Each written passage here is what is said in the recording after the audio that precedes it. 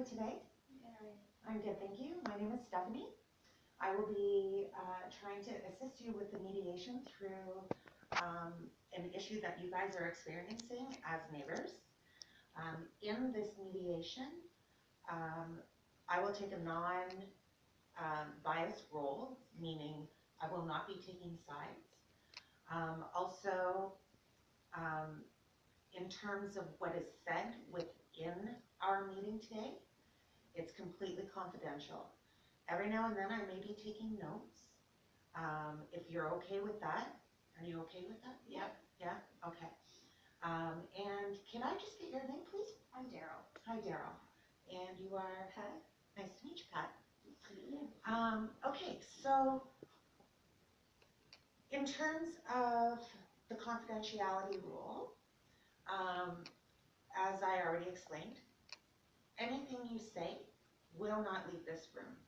I would anticipate that you guys would feel the same when you guys leave the room, but that's completely up to you. I would expect that you'll come to a decision before leaving that room, that if you are going to share the information, you would let the other person know, or that you come to a decision whereby you both agree either you're okay with sharing the information or there's a no-go at that point. You're welcome to take notes. In terms of my notes, what I will do is I will be destroying them. So you're free to take a look at them at any point during this mediation process, and that looks after that particular area. In terms of the ground rules, now I've come up with a couple myself. What I normally like to do is have you contribute to them, but if you're okay with these, we can move forward. Is that okay? Mm-hmm. Okay, so the ground rules would be that you're going to conduct yourself within a professional manner. We're not going to be getting out of hand. So by that I mean when you're discussing things, sometimes it can become a little bit heated. In that scenario, my role would be to step in and just to try to bring you back into focus. Try and lighten the mood a bit, I guess is what you would say. The second rule that I would have is that we be respectful of one another. So we're not swearing or directing insults at each other. Is that agreeable? Yeah. Would you like to add anything? No? Good. Okay. Okay, so the next thing I want to do is I just want to confirm that you guys both have the authority to be able to come to some type of settlement today. Is that okay? Yep. Yeah? Okay, great. And then, so once we're in the process, what will end up happening is every now and then, in my experience, what I've had to do is what's known as caucusing. What that means essentially is a one-on-one interview process. So I will ask one person to remove themselves from the room, and then I'll have a private conversation.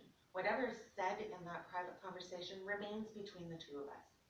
And then I'll ask them to come back in, and then the other person will remove themselves. And then that obviously will remain completely confidential. Okay? Is that all right? Okay. So why don't we begin? What we can do is determine who would like to go first. I can go first. Okay.